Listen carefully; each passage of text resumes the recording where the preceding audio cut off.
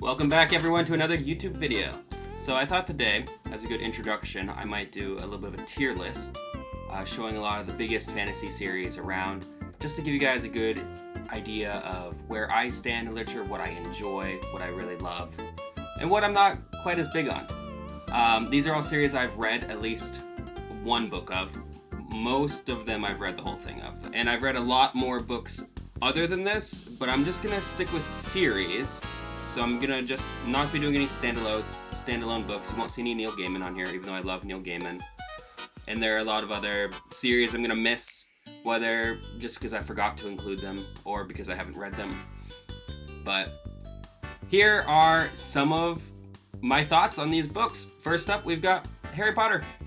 One of the classic fantasy books, probably the one that really jump-started modern fantasy into where it is today. Especially urban fantasy.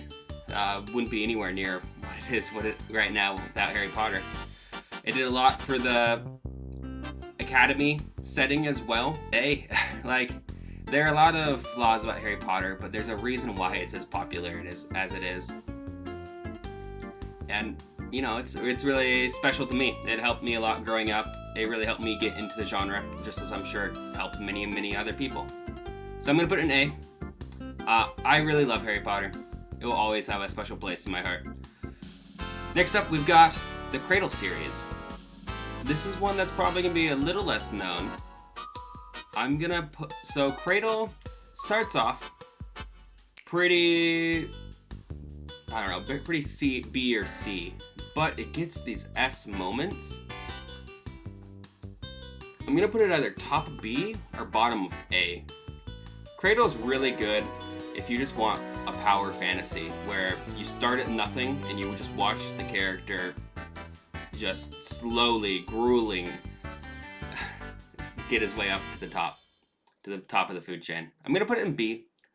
I might change it around at the end of the video, but for now, top of B. It's really, really good. Next up is A Song of Ice and Fire. The books, they really are next level good. George R. R. Martin is a genius. I will patiently await for the next book. Winds of Winter will come. I have complete faith. It's coming slowly. And it's not like George R. R. Martin's sitting and doing nothing. He is doing other projects, which I can really appreciate. I really enjoy the stuff that he is constantly putting out.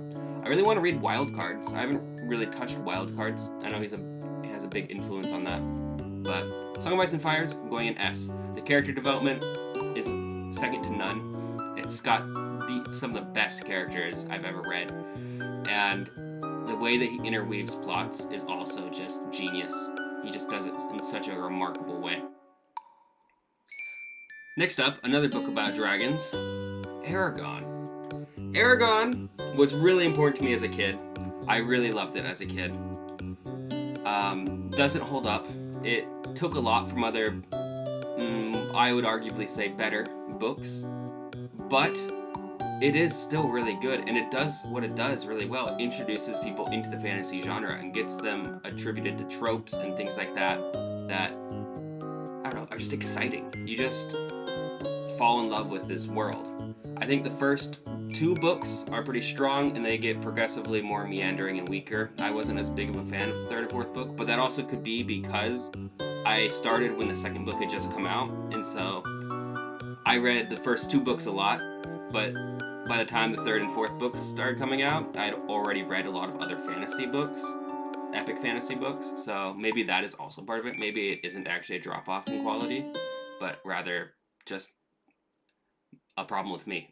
But I think it is still a good story. I'm going to put it in B. Okay, next up is another really, really formative book for me. So Lord of the Rings, I didn't actually read until senior year of high school, freshman year of college. But The Hobbit was I think it was the first real fantasy book I really had any impact on me. My father read it to me when I was really little, maybe third grade, and I just love The Hobbit. It is really special to me. I think that The Hobbit has the perfect beginning, middle, end. It's just a solid structure. It's got a beautiful hero's journey. It's got characters you care about. And I think it is just a perfect book, The Hobbit. The Lord of the Rings is longer, and it does go off in many more directions, and it often can feel a little more like a slog if you're not as invested, and it's harder to read if you're younger. Like, I tried reading it when I was younger as well, but I wasn't able to get it.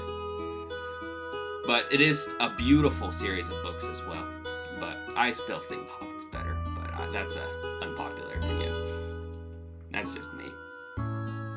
Next up is Terry Pratchett's Discworld. So Discworld is something that I haven't had a whole lot of contact with. I've read Guards, I've read Small Gods, and that's pretty much it. It's something that I think is good. It's clever, it's witty. I like Small Gods quite a bit. I like it more than the Guards, personally. But I'm never, I know Pratchett's always there if I want to grab a Pratchett book, but I've never gotten to the point where I'm just like, I can't stop reading Pratchett. I'm never addicted to it. It's just something that I can be like, oh, it's a rainy day, I'll pick up one of these books. And that's just how it is for me. I know Pratchett is a genius. I am not saying he's not, but for me, I think he is solid B tier in my preferences. So the next one is one that maybe not as many people know as well. It's called Mother of Learning. This book is actually a web novel posted on Royal Road, is where it's most famously known for, but it's really good. It does a lot of stuff I love with Academy-based literature. I really do love Academy-based magic schools, and it does a really genius job of having another character that starts really low and slowly make his way up, and you see the character development as well. That's the thing that you'll probably notice is I love character development, so the books that have character development are going to be higher than the books that are mostly plot-based. And the main character in Mother of Learning really does change. He becomes a completely different person at the end, a better person. And if you like Majora's Mask, it has a lot of Majora's Mask vibes as well, if you are familiar with it. But it is D&D magic, which is something I really enjoy as well. It's nothing complicated. It's something simple. You can pick up, you can read, you can love. I really, really do like Mother of Learning. Another book that has a pretty simplistic magic system, but really interesting world, is Magyk, the Septimus Heap series. I loved these books growing up. I really enjoyed them quite a bit. There's 7 of them. And one of the things I actually really liked about them was at the end, you get to see little side characters that you see only for like a moment in the book sometimes, but you'd see their own little like epilogue in the back. And I really loved that little the aspect of the books. And I think it's just really fun, but anyone can read them, anyone can enjoy them. Next up is The Lies of Locke Lamora. This is a book that, the first book was pretty good. I'm not huge into the heist genre. It's not really my cup of tea, personally. But the first book was still pretty good. And the second book was pretty slow at the start, but I liked it once I got to the pirates. My friend actually felt the other way. He liked it at the beginning and then had a reverse effect and didn't like the pirates. He felt it was jarring. But I really enjoyed all of the pirate section. The third book, with the flashbacks, everything just felt kind of... I didn't finish it, the third book. Maybe I will once the fourth book comes out. I'm gonna put it in B tier.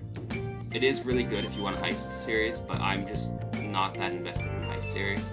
And then, even though I just said that, I'm putting Mistborn in S, because Mistborn is... Oh, is Mistborn S or A? I think it's A. I'm gonna put Mistborn top of A. Because the second book does slow down a lot, and I think that there could have been some cutting. I also was just rereading it, and I think that Ellen's ex-fiancé, I wish that she'd had a bigger role, because she really was hateable, and I think she died too quickly and not satisfyingly enough. I think Sanderson has that with a problem with a lot of his villains. I think he gets rid of them just a little too soon. I really wanted to get just a little more meat out of a lot of his villains. But it's remarkable. It is another book that revolutionized what fantasy is. It made all of these power systems, these magic systems, really brought them to the forefront in a big way. Next up, it also has multiple. I think Era 2 also isn't as strong as Era 1, but that's obvious. I don't think that's a hot take. First 2 books, I think it does slowly get better, but it peaks at book 3 for Era 2. I really liked book 3 of Era 2. I'm a big Indiana Jones fan. But yeah, I'm gonna put top of A. Mistborn is really, really good. Next up is Name of the Wind by Patrick Rothfuss. Name of the Wind is great. Wise Man's Fear is good. Doors of Stone, I don't know. I'm not sure how it's gonna be, but hopefully it's good. I'm gonna put it in A tier. I don't have quite as much faith in Rothfuss as I do Martin in doing the next book, but it is finished. Like, Doors of Stone is finished. Rothfuss is just an editor. He really likes to edit his books and likes to go through them over and over and over again until they're where he wants them to be. And that last book hasn't been where he's wanted it to be for a long time, so he's been stuck on it. And so it will come out eventually. It is finished. It just needs to be edited more. And by editing, I don't mean copy editing. I mean, like, he'll probably be deleting entire chapters and rewriting them, that kind of editing. But Name of the Wind is a really good book. It really engrosses you in the world, and I really love what they do with the music in this book. I think that music is something that should be used more in other books. Next up is Narnia. Narnia, I'm gonna put an A tier. I'm gonna put it right here. It's definitely not as good as The Lord of the Rings, in my opinion. Obviously, everything's my opinion. I think that so on one hand, having characters change each book, I think that can make the books feel a lot fresher. I think that does do something for how fresh these books feel, but it also can make it difficult to invest in the characters. Book 6, The Silver Chair, was particularly hard on the characters. Like, not a whole lot of people care about The Silver Chair because the characters are just weaker. I don't even remember. I know Eustace was there, but other than that, I don't remember. I don't even remember what happens in book 6 because I just didn't care much about the characters. On the flip side, though, I really do love The Magician's Nephew and The Horse and His Boy. I think they're 2 underrated stories that not a whole lot of people talk about. I really, really love A Horse and His Boy. Alright, next book. Percy Jackson. I'm just gonna say this is the first 5 books. I've read maybe the first 3 series of Percy Jackson's, and I've read the Egypt series as well. I didn't touch the Norse one, and I don't know if he made any after that one, but I'm putting it at bottom of B. It's good. It's actually pretty great. I'm gonna put it mid B. I'm gonna put it a little above Eragon. But I read it a lot when I was a kid. I really enjoyed these books. I think that they also do a good job of giving just satisfying characters, and it's really cool what he does with the myths. But I think one of the biggest problems is he uses the best myths in the first 5 books, and then the rest of it he kind of has to come up on his own, and I think the author is just not as strong at doing that. I think he was really good in those first 5 books, though. So I'm going to put it right there, between Lamora and Eragon. Next up, we have Poppy War. This is going to be a bit controversial. I wasn't the biggest Poppy War fan. I've read the first 2 books, and I got halfway through the 3rd book, but I just didn't care about the main character, or any of her friends. The main character is just she becomes such a not good person. Like, I know she's supposed to be morally ambiguous, but didn't care about her anymore. I'm like, yeah, if you die, then, I mean, okay, that's okay, I guess. It's not like I really care about you. I really did like the beginning of the book series, though. But for me personally, it just wasn't my type of book series. But I did enjoy it. It was good. It was C. I haven't finished it. I'll get to it eventually. Next up is Prince of Thorns. Another one that's really edgy. And I do like edgy things. I like A Song of Ice and Fire. And I really love some of the darkest elements of Mistborn. But it's not edgy in a way that it grosses me. And I read the first book. I don't know how, maybe I read this, actually I think I read the half of the second book as well, but I'm putting it in D tier. Just wasn't for me. Very edgy. Next up is Inkheart. Another book that wasn't for me. The first book was like B or C tier, but then every book after went down a tier. So if it started in C tier, then the last book was like F tier. Like, I don't know if this is a hot take or not.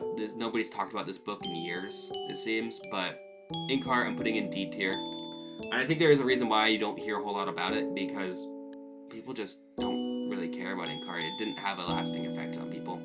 First book is kind of interesting. You get the whole, they go into the book and experience that world, and author goes in the book as well, and they all, the second and third book, they're in the book, so it just, I don't know, the stakes, it felt just not connected from the first book as much. There wasn't any relevance to the real world anymore in the second and third books, from what I can remember. Again, this is my memory. I could be wrong. So I'm going to put it below Prince of Thorns. Just wasn't for me. I didn't really like it when I was reading it as a middle schooler. And then another book I read in middle school, The Ranger's Apprentice.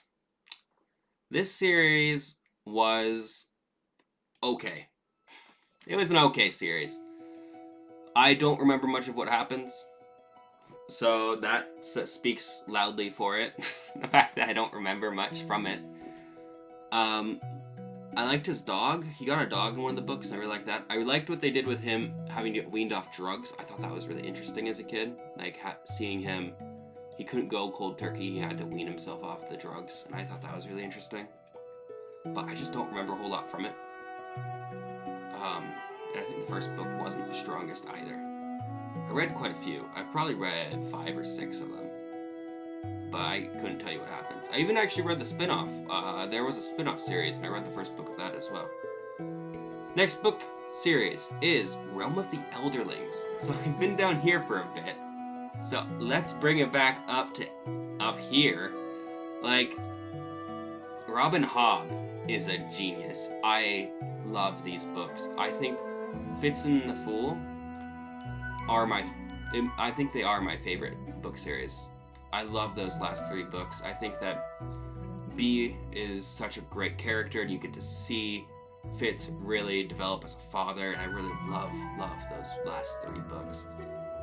But the Dragon Keepers were probably B tier for me. They had some good characters, but they weren't, they weren't, I didn't care that much about them. They had 1 or 2 characters I really liked, and the rest I was like, okay, these dragons, whatever. And the end of Fitz and the Fool did kind of feel like it made those other books kind of obsolete in a way, which I won't get into.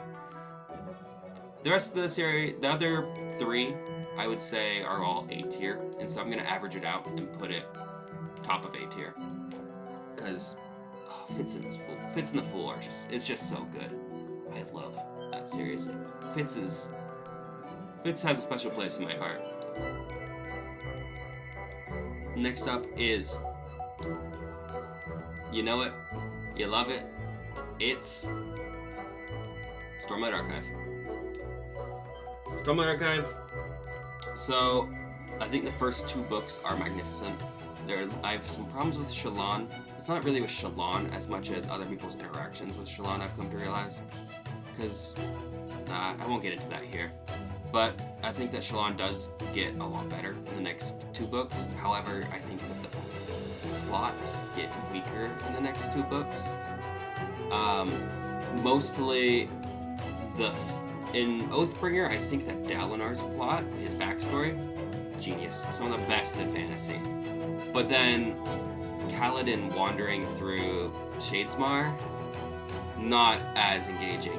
And then also before that, when he went to the kingdom to go try to help the king, I also thought that was pretty weak. I wasn't really interested. But the ending of Oathbringer was really great. And then I think it has the opposite problem in Rhythm of War. Just my opinion. Where I think the story in the front of the, like with Kaladin fighting, was really, really engaging. But then the backstory in Book 4 was just so, it just felt lame. Like I think a lot of it is the fact that you weren't learning as much about the world because you already knew what was going to happen in those backstory chapters. So I think it was a tall order. But I'm going to put it above Mistborn, below Realm of the Elderlings. It's not an S tier, but it is really, really good. Yeah, it is really good. Okay, next up is Sufficiently Advanced Magic. I really liked the first book quite a bit. I'd have probably put it in A tier, but the second book was probably B tier, and then the third book was like C tier, and then I heard the fourth book was not any better than the third book. So I didn't read the fourth book, but I'm gonna put this at the bottom of B tier. I just feel so sad. It really fell off. The first book was really strong. It was really engaging. And then the author just kind of meandered away from the main plot, what was going on, into things that weren't as engaging. And for me, personally. There are still a lot of really big fans, but I think this is the general consensus as well, that the first book is the best book, which is sad. It's always sad to see the first book be the best book when the author should be growing, and the last book should always be the best book, which is the case in with Sanderson books. Usually the last books are the best ones, which we're going to talk about here in a moment. But first, the blade itself. So, I'm not actually that huge on Joe Abercrombie. I know, I swear I don't. It's not the edginess. It's the fact I don't care about the characters. I read the first book and a half, and I liked Glockter quite a bit, but the other three characters I just didn't care that much about. I'm gonna put it bottom of C for me. This is just me. I know people love this series. First Law is massive, but for me, it just, I'll put it mid C. It's a book series I might pick back up. It's just like Poppy Board. Both of these series, I would like to finish at some point, but I just haven't gotten to them yet. And I'm not saying it's a bad book. Please know that I'm not saying it's a bad book. It just wasn't necessarily for me. Next up is The Last Apprentice. So this is a book series I have a hard time remembering, but I have fond association of. It's another book I read in middle school, and I enjoyed it more than like Ranger's Apprentice, which I'm gonna put it top of C, I think is where it belongs. I think it had a really interesting world. I loved the hunting of dark creatures. It's a bit like if you've watched Supernatural, but this is like medieval times kind of style. Witch hunting and monster hunting. Actually, I'm gonna put it at the bottom of B. Put it right here. That seems like a fair spot for it. I really liked it. I think it went under the radar of a lot of people, Last Apprentice, but I really enjoyed it. Next up is Twilight. I have read all 4 books. This was in a stage in my life where I read anything. If someone recommended a book to me, I read it. And it helped that my mom had copies of it, so I could just take it from the shelves at home, so I didn't have to go to the library and read it. I could just take it from the shelves at home. But it is not good. Nothing happens. Like, you'll have an entire book, and you can summarize it in like 2 sentences. Like, book 2 is Edward runs away, and a werewolf tries to replace him. And then Bella tries to kind of commit suicide, and then Edward comes back pretty much. And that's like, you could summarize the whole book right there. That's really, really weak. I think it also, I know this is probably just romance in general, but I think it does set some really unhealthy boundaries. I think a lot of people who spend a lot of time just reading romance books don't really understand that they're kind of glamorized and not how the real world works. You can't sneak into someone's bedroom and watch them sleep. That's not good. That's not romantic. And that does kind of rub me the wrong way as well. I think they're just really weak books in general. They have an audience, and for some people they're S tier, 100%. I respect that. It kickstarted a whole new genre. Well, not a whole new genre, but it kickstarted a genre back into the mainstream of vampire love interests, supernatural love interests. And I think some of those books are actually pretty okay. I don't mind quite a few of them. I've read a lot of vampire books because it was really big for a time. But Twilight itself, not the strongest. Far from it. Next up, I have The Wheel of Time. Wheel of Time. I was talking about endings earlier. Ooh, this ending it would go right here if it was just the last 5 books. I think I'd put it in S tier. If it was just the first 4 books and the last 4 books, it would be S tier. Unfortunately, there are 6 other books that are down here. The slog is real. I think it's worth pushing through. There was one romance in particular that really, really rubbed me the wrong way. Matt had a romance in the middle of the series with a character that was very unhealthy and I think was portrayed very, very poorly. And it made me dislike Elaine quite a bit as a result. Other than that, I don't mind Elaine that much, but her interactions after Matt confessed something to her really, really made me upset. So, and not in like a way that like, oh, that's such good writing. It was in a way more so of, oof, that's not good. I don't think that's what you're going for as an author. But I can't say whether or not.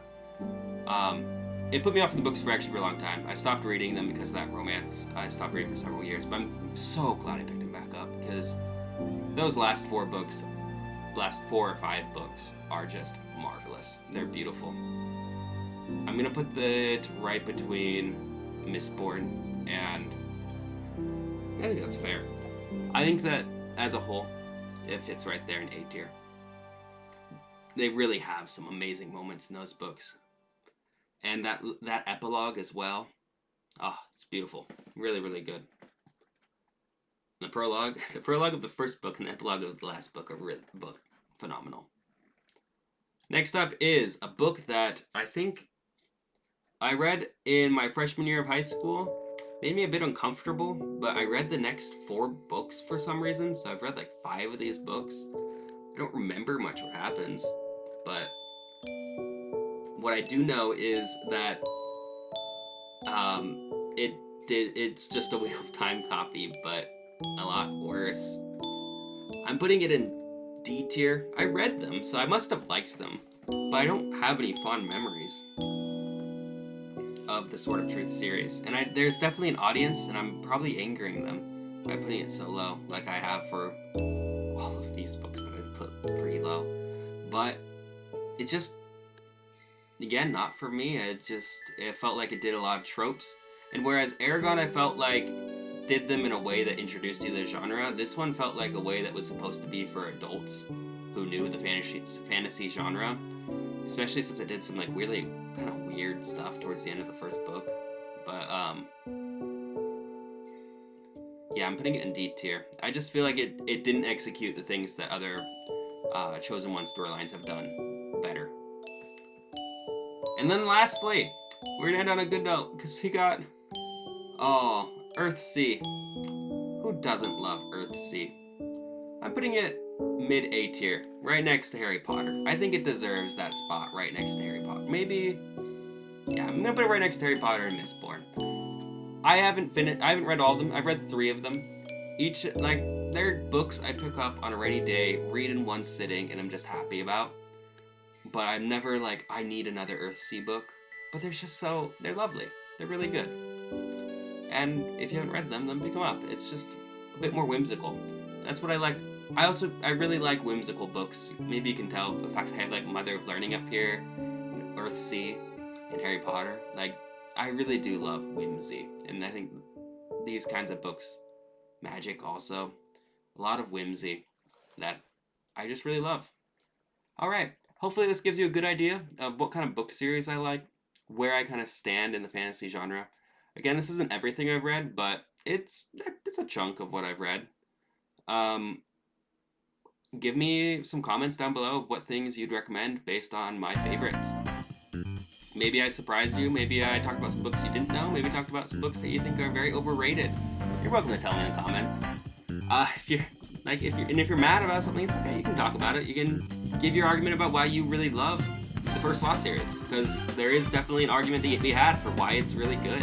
And the Poppy Wars, same thing. I think the Poppy War did do some things really well. I almost actually didn't include the Blade itself because I was a little worried because people love it so much.